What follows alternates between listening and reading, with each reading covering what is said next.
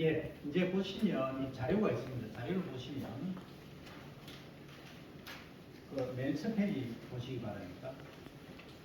보시면 이게 이제 저탄소 비农물 관리 기술 보급 시범 사업 세부 사업 계획서입니다. 이게 이제 참여 협의가 저희들이 이제 시작된 게 여러 과정을 여기 보시면 2007년, 9년, 22년 현재 이렇게 되어 있습니다. 원래는 이제 23년입니다. 3년이니까 뭐 앞에 첫 장은 이렇게 진행돼 왔다 정도로 보시고 두 번째 장 여기 보시면 이제 감축 모델을 개발해서 가장 핵심은 뭐냐면 중간락수입니다. 이 개념만 꼭 잡으시면 됩니다. 저희들이 작년에 이제 모장들에서 중심으로 또는 국유년 전체 4개 단지, 5개 단지입니까? 단지에서 저희들이 할 때는 6월 1일에서 6월 10일 이양 30일 종료 기준으로 했을 때 거의 이제 물대기가 30일에서 35일 이후에 진행이 됐습니다. 그래서 그 물대기 소위 중간 낙수를 며칠 할 거냐가 관건이거든요. 그런데 통상적으로 과거에 저희 농법에서는 2주로 되어 있었습니다. 2주간 되어 있었는데 이것을 저희들이 원래 작년 데이터를 보니까 3주까지는 수량이 전혀 문제가 없다. 그리고 오히려 품질에 있어서도 문제가 없고 오히려 더 개선되는 부분이 있었다 하는 게 저희 결론입니다. 그리고 4주간 중간 낙수를 해보니까 이게 수량도 좀 떨어지고 품질도 좀 떨어지는 경향이 있었다 하는 건데 이거는 이제 전국적인 데이터를 지금 모으고 있으니까 어차피 3년간은 지속해서 하고 그 결과를 이제 논의 배수 등급 그러니까 물이 어느 정도 잘 빠지는 거가 매우 중요합니다. 그래서 물이 어느 정도 빠지고 또는 이제 유기물 시험을 특히 이제 친환경 농업 하시는 농가에 있어서는 이 유기농업을 하다 보니까 유기질 비료를 많이 쓰거든요. 이 유기질 비료가 어떻게 보면 탄소 배출의 악일 수가 있습니다. 그런데 탄소 자꾸 하니까 많은 분들이 농에서 무슨 탄소가 나오느냐 이렇게 말씀을 하시는데 엄밀히 말씀드리면 탄소가 아니고 메탄 가스입니다. 그래서 메탄은 CH4라고 우리가 과학식으로 쓰지만 이게 이제 탄소는 CO2 이산화탄소를 줄여서 탄소라고 하고 이 탄소보다 약 20에서 25배 지구 온난화를 많이 시키는 것이 메탄입니다. 그리고 메탄보다 더 많이 시키는 게 아질산 질소인데 질소가 산소 들어간 형태인데 요거는 거의 이산화탄소보다 200배, 300배 온난화를 많이 시킵니다.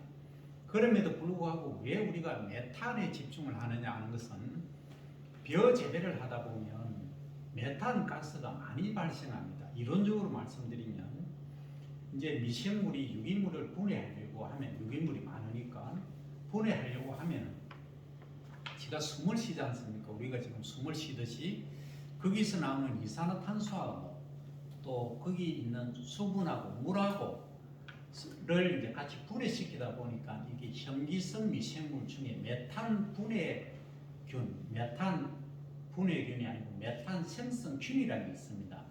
이게 이제 현기 조건, 즉 산소가 없는 조건에서 많이 만들어지다 보니까 이게 이제 논에서 메탄이 많이 발생하는 겁니다. 그래서 우리가 중간 낙수 정도 2주간 해도 이 메탄 발생을 절반 정도로 줄일 수 있더라 하는 게 지금까지 연구된 결과입니다. 그래서 더 좋은 것은 유기물 시험을 조금 더 줄이고 그리고 이제 건답 재배를 하면 좋는데 물을 안 대고 이 건답 재배를 하려고 하니까 잡초 관계부터 여러 가지 너무 심각한 문제가 많습니다. 그래서 그거는 저희들이 연구로 이제 개별적으로 시도를 할 예정이고 그래서 원래는 작년과 동일하게 진행을 합니다. 그러니까 상시담수 계속 물을 담궈두는 상시담수 그러니까 작년에 저희들 결과는 상시담수를 하니까 뒤에 데이터들이 나옵니다. 우선에 뿌리가 시커멓게 변합니다. 그 다음에 이제 문곡병 있지 않습니까? 여기 그 페이지가 안 나와 있는데 필지별 비어식류 특성을 보시면 뭐 이쯤 됩니다. 가운데쯤에 이쯤 보시면은 이제 이 뿌리를 이 컬러가 아니라서 적은 건데 하여튼 2022년 7월 12일에 필지별 비어식류 특성에서 사진을 찍어 놓은 게 있습니다. 여기 있고 그 밑에 보면 병해충 조사라는 게 있습니다. 여기 보시면 이제 여기입니다. 뒤에서 한 5번째네요. 뒤에서 5번째 정도 넘기시면 됩니다. 시험 필지 벼 병해충 조사 보면 좌측에 상시담수 2주 약계 걸레기 4주 그 다음 2주 3주 4주 나옵니다. 자, 이 통상적으로 우리가 소위 드물게 심는 것보다 소물게 심는 것, 소위 밀식했을 때 병해충이 많이 발생하는 것은 이론적으로 아실 겁니다. 그거와 비슷하게 상시담수는 벼입진 무늬마른병, 일명 몽고병이라고 하는 것이 33%나 발생을 했습니다. 아주 심각하거든요.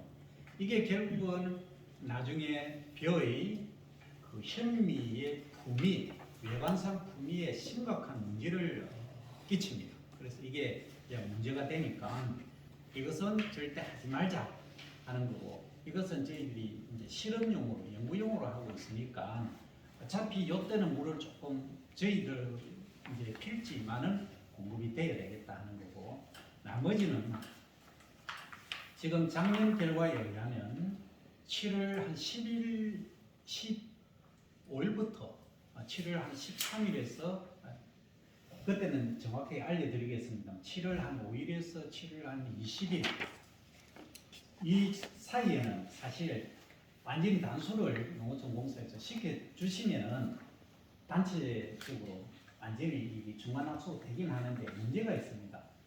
어떤 문제냐 하면 이게 어떤 논에서는 이게 물을 이제 공급을 안 하면은 콩을 심는 분도 계시고 옥수수를 심는 분도 계시고 참깨 재배 뭐 작물이 다양합니다. 그러니까 이게 상당히 중간에서 이제 그 문제가 될 수가 있습니다. 그래서 이걸 이제 어떻게 할 것이냐는 단지장님들께서 그 농민분들을 직접 만나셔가지고 협의를 하셔가지고 우리 개헌 단지는 우리 모잔들 단지는 어떻게 해달라 해서 요청을 하시면 거기서 물을 이제 그쪽만 될 수 있게끔 또는 절수 단수를 할 수 있게끔 해주시고, 이제 제가 작년 경험상 보면은 이런 경우가 있습니다. 물을 질끔질끔 소위 조금 이렇게 공급하다 보니까 위에 보면 물을 떼고 아래는 물이 안 내려갑니다. 특히 어르신들은 물 욕심이 많아가지고 물을 막 뭐 소위 논두렁이 넘어갈 정도로 많이 되시거든요. 그러니까 흘러 넘치는 거는 내려가라. 그리고 위에 다 되다 보면 저 아래는 물이 없습니다. 그래서 이런 경우도 협의를 잘 하셔야 됩니다. 저는 소위 제대로 우리가 명품 쌀을 만들고 진짜 저탄소 농법을 실현하려고 하신다면은 똘똘 뭉쳐야 됩니다.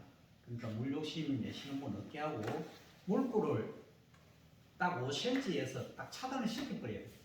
5cm 넘으면 무조건 넘어가도록 계단식으로 했을 때 그렇게 강제로라도 했으면 하는 바람이지만 제가 그럴 권한은 없고 하니까 단지장님들께서 그 협의를 주시기 바랍니다.